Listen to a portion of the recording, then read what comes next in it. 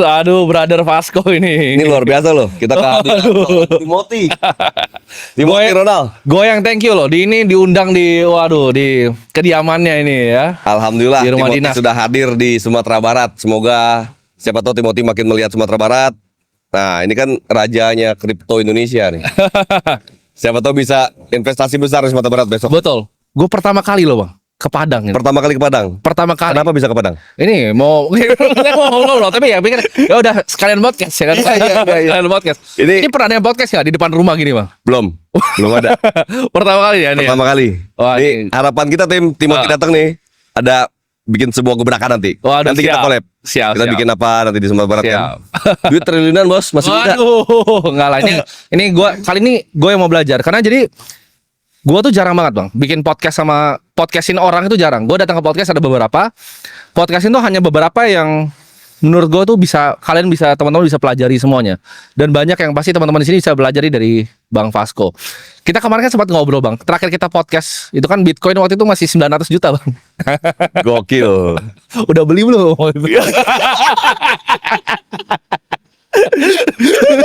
Tim, gua ngikutin aliran yang beda tim. Alirannya rutin per bulan. Oh, rutin per bulan. Per bulan kita main tim. Tapi Timothy juga bikin itu kan. Ngarahin itu kan ke teman-teman ini. Iya, rutin per bulan. Per bulan mau berapapun harganya, ambil. Gak perlu banyak-banyak kan. Tapi lucu-lucuan aja. Ternyata menarik ya. Iya, menarik ya? menarik bang. Menarik ya. Nah, ini gue pengen bahas bang karena banyak yang kaitin uang karena banyak channel gue yang belajar di sini kan banyak tentang uang kan. Tapi banyak juga yang penasaran dinamika nih bang antara uang dan kekuasaan. Jadi di sini kita bakal banyak bahas di sana seru nih. Ya.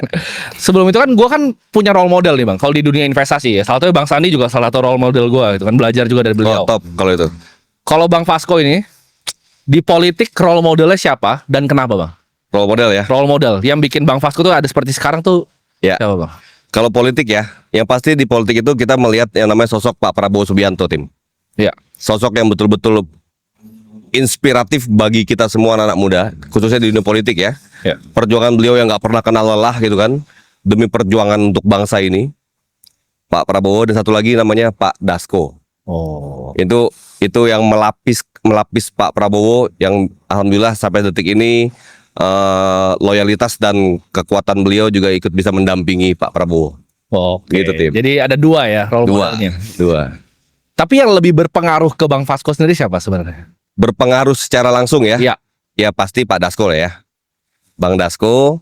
Nah beliau itu buat saya selain juga mentor juga beliau banyak mengajarkan kami hal-hal yang secara taktis dan teknis di politik gitu. Oke. Jadi selama kira-kira kurang lebih 20 tahun gue ini berkecimpung di dunia politik, di politik praktis ya. Di nasional.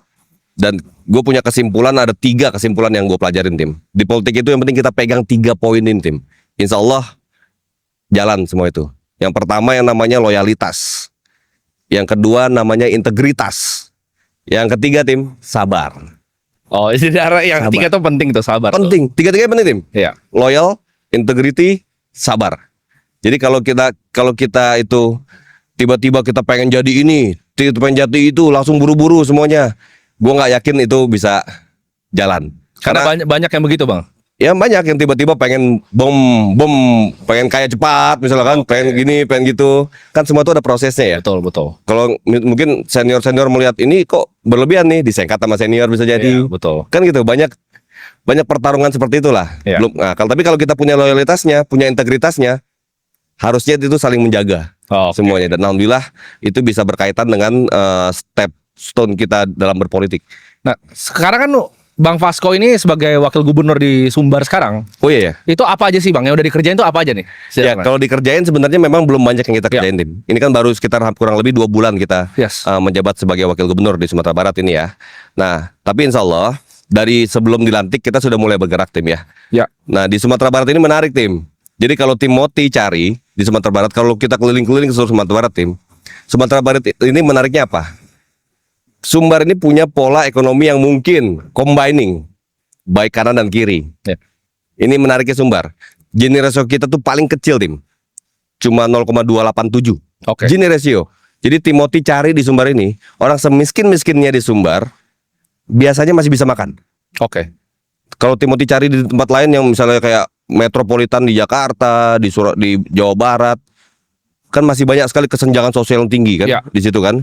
Ada gua lahir besar di Jakarta, gua banyak melihat di Jakarta itu juga banyak juga satu rumah yang ukuran cuma mungkin 4x5, tinggal 6 kepala keluarga di sana, tidur gantian juga masih banyak.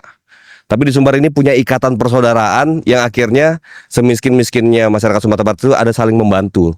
Lebih merata lah di sini. Lebih merata. Begitupun juga cari orang yang kaya banget juga nggak ada di sini. Ya. Jadi punya pemerataan sosial di sini. Oke. Luar biasa. Nah ini gue ada pertanyaan sedikit Bang, mungkin tentang Indonesia ya. Menurut Bang Vasco, ini pribadi ya, titik lemahnya demokrasi kita di Indonesia sekarang sih apa Bang? Kalau ada? Gak ekstrim pertanyaannya ini. Timothy. Emang kalau nggak ekstrim nggak Timothy emang. Kan mau belajar nih. Iya. Gini ya. Memang yang menarik. Ini agak panjang Tim. Boleh. Jadi gini Tim. Demokrasi kita. Ini saya balik lagi, ini atas nama saya pribadi ya, Ya. bukan atas nama partai, bukan atas nama pemerintah daerah. Betul. Ya. Atas nama pribadi. Demokrasi kita itu menurut saya demokrasi yang sudah kebablasan. Oke. Kalau saya pribadi, saya agak kurang sepakat yang namanya pola demokrasi one man one vote. Oke. Di Indonesia itu terkenal dengan budaya musyawarah untuk mufakat. Bukan voting, ribut, baru musyawarah. Gitu loh. Jadi ada biasanya skema ini sekarang ini gini loh. Suara satu orang anak SMA sama dengan suara satu orang profesor. Suara satu orang santri sama dengan satu orang ulamanya atau buyanya. Dan menurut saya pribadi, nilai dari berkhidmat dan berkebijaksanaan dalam memilih sebuah atau seorang pemimpin ini pasti berbeda pandangannya. Nah kita nggak bisa sama ratakan itu. Dan akhirnya politisi-politisi yang mempunyai gagasan-gagasan besar tidak menonjolkan itunya. Jadi yang ditonjolkan adalah tingkatkan dulu popularitasnya, lalu bisa dikuatkan elektabilitasnya. Oke. Fokus Makanya popularitas terus kan. sekarang. fokus di popularitas, tapi itu pun kalau tidak punya kekuatan di gagasan pasti akan turun juga. Makanya ada banyak combining antara orang yang punya gagasan dengan orang yang punya ketenaran, kan gitu ya? Iya, betul. Nah, makanya kira-kira dari perhitungan kami waktu itu dari sekitar 20 tahun saya berpolitik praktis itu, di luar dari kita menggali gagasan untuk menyesuaikan pola demokrasi kita saat ini one man one vote ini, akhirnya kita juga memaksa kita untuk bisa mempopulerkan diri kita untuk mengejawantahkan apa gagasan kita. Oke. Kan gitu ya. Nah, menurut gue pribadi, akhirnya para politisi itu dipaksa untuk melakukan tindakan-tindakan yang akhirnya kadang-kadang nyeleneh, yang dilihat masyarakat, yang juga tingkat penerimaan di masyarakat kan juga nggak semuanya sama. Ya. Di pasarnya Timothy Ronald itu mungkin segmennya di kelas B dan A. Ya. Kelas C sama D bingung tuh. Ya. Makanya gue liat konten lo marah-marah mulu sama kelas C sama D kan. Ya, Lo ngamuk mulu sama C sama D itu.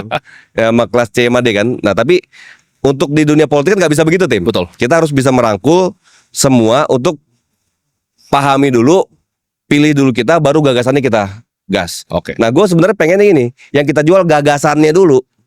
Jadi dari gagasan itulah kita dipilih.